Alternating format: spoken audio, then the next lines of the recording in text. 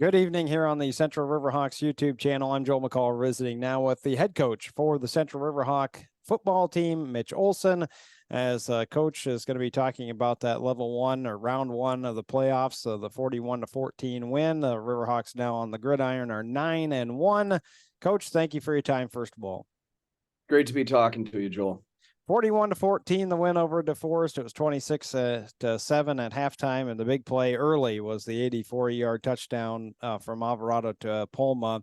And I wanted to go to that right away. First of all, DeForest kind of sped things up early, got a really nice first drive, ended up on, I think that turnover on downs, if memory serves me correctly. Or no, the INT by Jones, pardon me. Carson Jones had the INT, on the fourth down. So the fourth down play, you get the turnover. So you stop them, get the big play right away. That's a huge momentum turn. It was. I think we have a resilient group, and they never panicked. You got some up tempo stuff, and we weren't quite set, and we were a little out of position, but kind of got things back together. We stayed composed, and then Carson Jones made a play.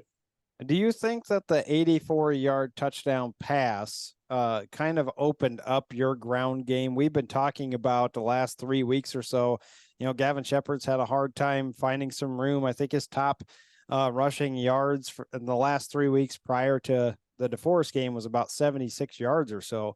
Do you think it really helped you and finally opened things up for him after hitting the big pass play?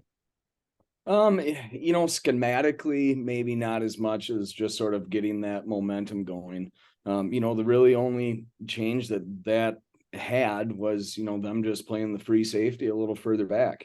Didn't really change what we were seeing front wise. So, X's and O's wise, I don't think it necessarily opened it up. But anytime that you can just hit a big play like that and get some momentum going, it's beneficial to the whole operation.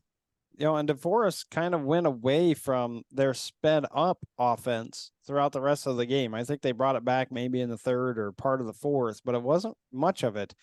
Were you guys thinking that you were going to see that more often? Because certainly they had some success in that first drive.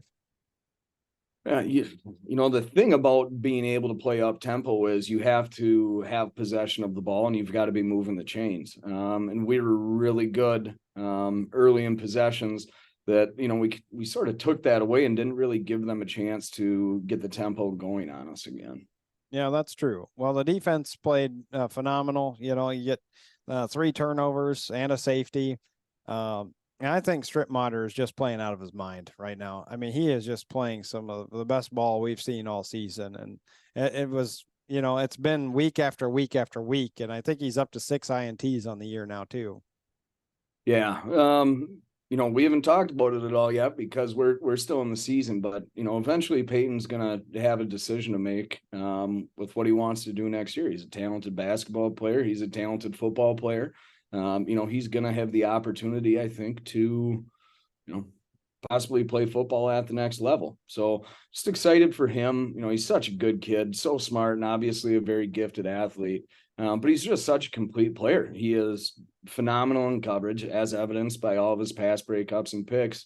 But then he's just so physical and such a good tackler. Going back to the big forced fumble at Logan on Johnny Lever, and then there's a couple plays last week where you've got a safety coming down into the box and really just sticking people. So he's been doing a heck of a job. The defense as a unit against DeForest, you gave up, I think, one big play to Accardi in the whole game, which I was a little surprised that they didn't throw to him more often, but it just didn't seem like it was in the cards. They were kind of going other directions as opposed to Accardi throughout, and credit to your defense for making a lot of good plays. But I do want to ask about the aggressive offensive play calling. This is from Nami, not me, Coach. I don't second guess anything that you guys do, but your aggressive offensive play calling with the lead in the fourth quarter, throwing the ball maybe a few more times than we thought that would actually occur since you were up. Was there a reason that you guys decided to kind of do that? Nami thought later on maybe it was just the fact of when the kids get comfortable on offense and just go a 3 and out and stuff like that, they don't play their best. Yeah. I think more than anything, we just want to stay true to who we are. And our best football is doing what we do best. And we can't necessarily, try to play it safe. We've got to do what we feel puts ourselves in the best position to win the game. And last Friday night, I think offensively is very evident that we wanted to do what we were good at, and we wanted to do what was working. We didn't want to take the air out of the ball. We didn't want to get away from what was working. And, I thought that we had a great plan. And the kids went out and executed that at a really high level last week. Yeah, I completely agree. Yeah, and over 300 yards rushing as well as 3 touchdowns in the air too. So it all started to click. That was my question of the night. Actually, was the passing game get on the same page? Because it just seemed like there was a couple of throws that Alvarado had made all season long that the last couple of weeks had kind of sailed on him. He was connecting on a lot of stuff on Friday night, and we move in, coach, to level 2, if that's what they call. I don't know. You guys have weird things called. I should just say it round 2. That's how I look at it. But you're going to Waunakee. That's the main thing. 10-0 or 10-0 is what their record is, and they had the 49-6 win over Holman. Let's get a generalization of what to expect on Friday night first before we start breaking down offense and defense. Yeah, they just execute so well. Traditionally they've been such a good program. They don't make mistakes. They play really clean football. It just shows up on the tape that, hey, this is a really well coached team. And I think it also just sort of shows what they've really built this thing, since the time those kids were youngsters. They've been in that system. They've been familiar with Waunakee football and exactly what they do. And by the time they're seniors in high school, they're just so crisp and so clean with their execution. Well, on the offensive side, I started looking things up. Well balanced, 1,800 yards passing plus 1,200 plus or 2,500 plus yards rushing.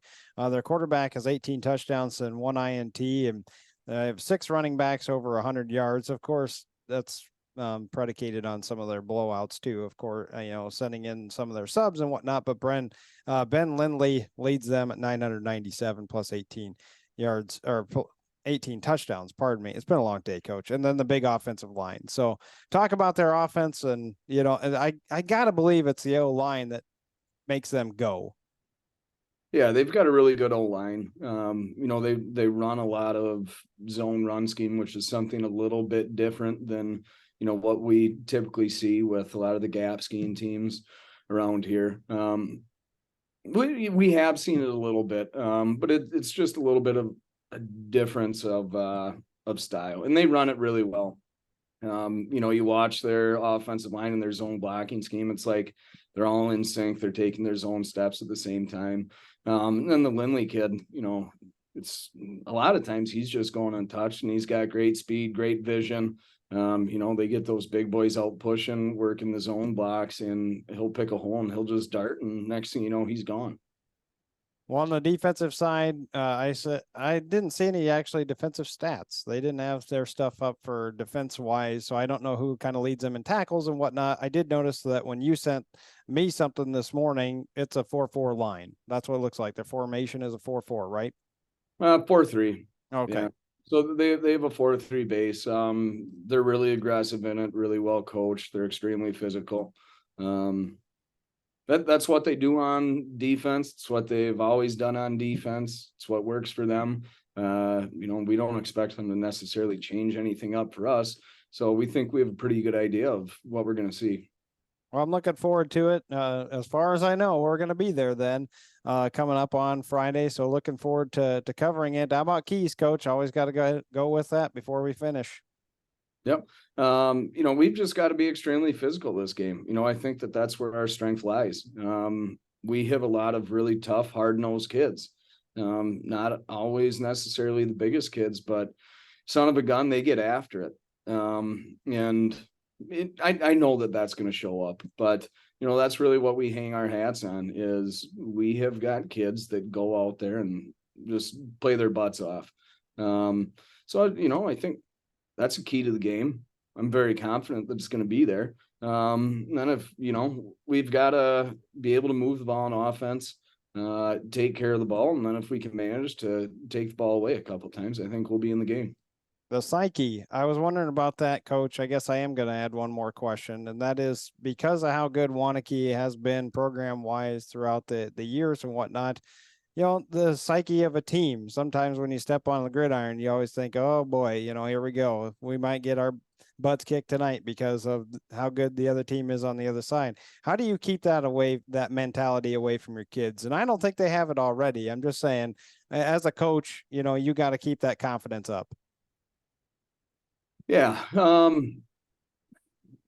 It's not my team. I tell the kids all the time, I just blow the whistle. They're the ones out there playing the game. I tell them sometimes what to do at practice. I tell them I blow the whistle when it's time for them to stop, but they're the ones out there playing the game. And you see the personality and the characteristics, the disposition of these kids. And this means no disrespect to anybody, Waunakee or anything like that. Like, this isn't any bulletin board material, but our kids in our program do not care who they're lining up against. So, they're going to go out there and they are going to play Waunakee with the same sort of intensity and enthusiasm as they would anybody else. We've got a bunch of fearless kids that just pin their ears back and they play their butts off. And we talked earlier today, like, we never set a goal with this team. We never set a goal that said we wanted to be conference champs or we wanted to go to level 3 of the playoffs or win a state championship. That's not in the makeup of who we are as a program, and it's not who our kids are. All year long, our kids have been focused on, we're showing up, whether it be Monday, Tuesday, Thursday, Friday. Did I miss any days in there? Wednesday. But they show up and they just put in the work and they play as hard as they can, whether it's in the game or at practice, and then the chips fall where they may. I think that's our real identity, is like, we just go out and we get after it. And I shouldn't even see we, because it's our football players go out and they get after it, and they don't necessarily care who they're lining up across from. You could tell these guys that they're going to go out and play the Green Bay Packers, and they're not going to be like, oh, we got to do something different. They're just going to run out there. They're going to give it their best shot. And, more often than not, that's worked out pretty well for us this year. So I love our kids, all the praises to them and just their mentality, because that is in the makeup of who they are as people. It's not anything that's been like trained or instilled from me or any other coach. We just got a tough group of kids that play hard. Yeah, we've certainly seen it on display throughout the entire year. Really looking forward to Friday night. Coach Olson, always do appreciate your time. Thank you so much. Good luck to you and the boys Friday. Thank you, Joel. You bet. Mitch Olson then, and I'm Joel McCall. Thank you so much for tuning in here on the Central River Hawks YouTube channel.